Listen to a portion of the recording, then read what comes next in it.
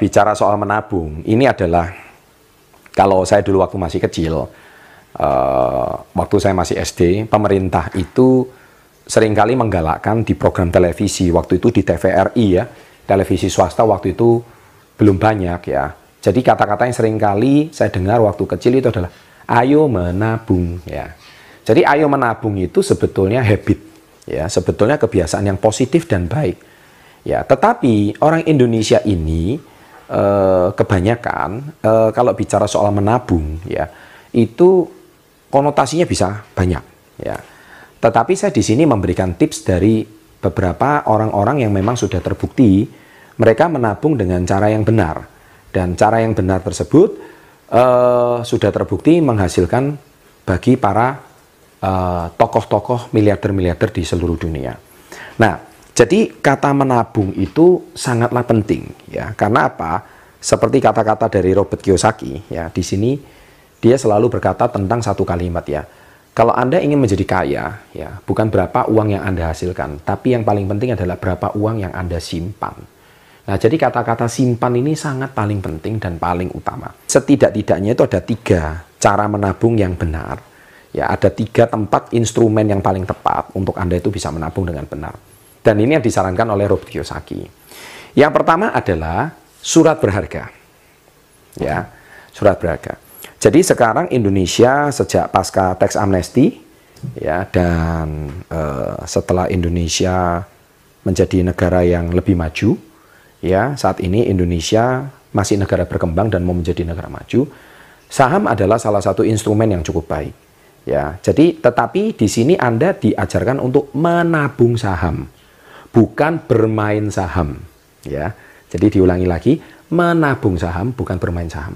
Jadi kalau Anda mungkin mendengarkan konotasi kata saham, Anda pasti berpikir, wah ini identik dengan perjudian. Itu kata-kata di Indonesia itu seperti itu. Tetapi itu sebetulnya informasi yang kurang tepat, informasi yang salah.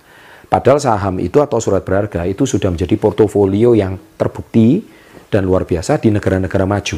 Kita perhatikan negara-negara maju, banyak orang yang kalau Anda lihat di video saya, mindset dan mental orang sukses, bagaimana uang bekerja untuk Anda di kuadran I, kuadran yang paling terakhir, itu adalah bukan orang yang menghasilkan uang, tapi uang yang menghasilkan uang. Saya ulangi lagi, uang menghasilkan uang. Bagaimana uang bisa menghasilkan uang lagi berikutnya.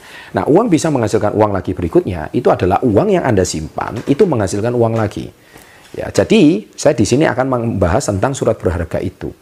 Nah, di Indonesia sekarang kita ada OJK, Otoritas Jasa Keuangan. Jadi pastikan kalau Anda memberi instrumen saham, pastikan yang sudah terdaftar di OJK. Jadi kalau memang sudah resmi, di tempat yang resmi, lembaga yang resmi, biasanya perbankan, saya kira Anda bisa memiliki usaha. Ya, jadi saham itu sama seperti Anda membeli perusahaan. Ya, membeli perusahaan tetapi dengan nilai kemampuan Anda. Dan pastikan menabung itu konsisten. Jangan Anda menabung itu sebentar sekian, kemudian tidak konsisten. Segala sesuatu itu harus dengan konsisten. Nah, itu yang pertama. Nah, jadi bukan menabung di bank ya, tapi menabung di saham. Menabung di bank boleh, tapi kalau jumlahnya kecil, bunganya juga tidak terasa.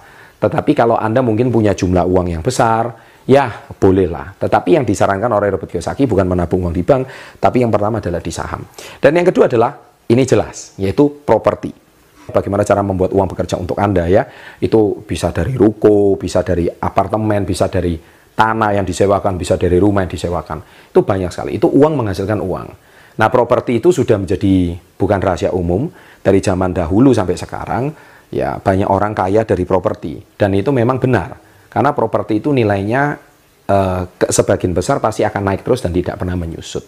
Ya, saya tidak akan bahas banyak. Jadi Anda kalau punya dana, Anda bisa mulai cicil. Ya, itu benar.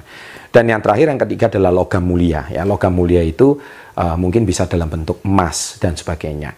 Nah, itu juga nilainya juga cukup baik, tapi berhasil untuk menabung.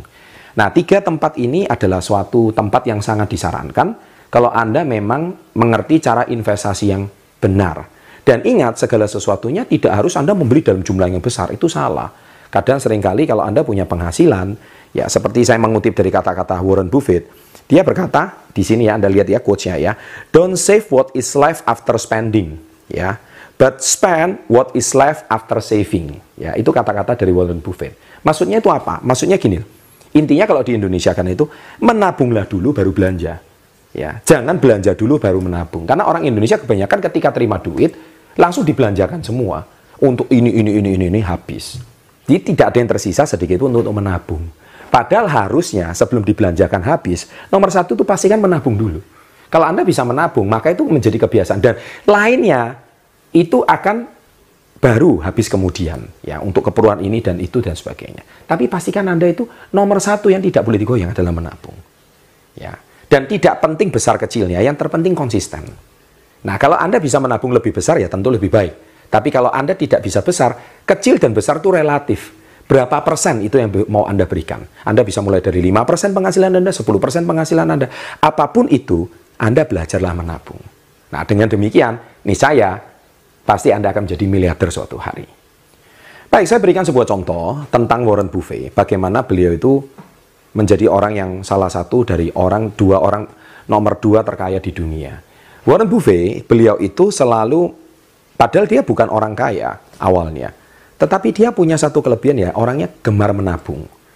Dan kalau ditanya perusahaan Warren Buffett itu apa? Beliau hari ini sepertinya seolah-olah tidak punya perusahaan. Tapi sebenarnya beliau adalah miliarder di dunia, konglomerat di dunia yang paling banyak memiliki perusahaan. Karena apa? Karena beliau memiliki perusahaan tanpa harus ikut involve di dalam manajemennya. Tapi beliau hanya memiliki saham daripada perusahaan tersebut yang sudah dijual di bursa saham. Dan akhirnya Warren Buffett itu, saya paling terinspirasi dari satu kisah beliau, di mana beliau itu membeli perusahaan besar Coca-Cola, itu hanya dari $1 US, $1 Amerika.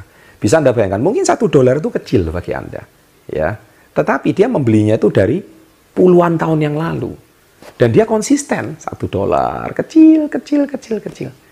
Dan sekarang tidak disadari, salah satu pemegang saham yang cukup besar di perusahaan Coca-Cola adalah Warren Buffett. Itu banyak orang nggak tahu. Ya, Anda tahu kenapa dia dari $1 dia bisa memiliki sebagian besar pemilik saham daripada perusahaan tersebut. Salah satu rahasianya adalah karena beliau konsisten menabung. Jadi dia hari ini cara berpikir menabung dari investor, menabung saham itu sama pemain saham atau trading saham itu beda. Kalau pemain saham hari ini investasi, besok sudah dilihat lagi naik atau lagi turun. Nah, itu pemain saham. Kalau menabung saham, Anda sudah beli, konsisten setiap bulan, Anda nggak usah lihat naik atau turun. Setiap bulan Anda cuma diberikan portofolio dan hasil laporan usaha Anda bulan ini. That's it. Itu saja. Nah, jadi kata-kata menabung saham ini, Anda harus lebih paham.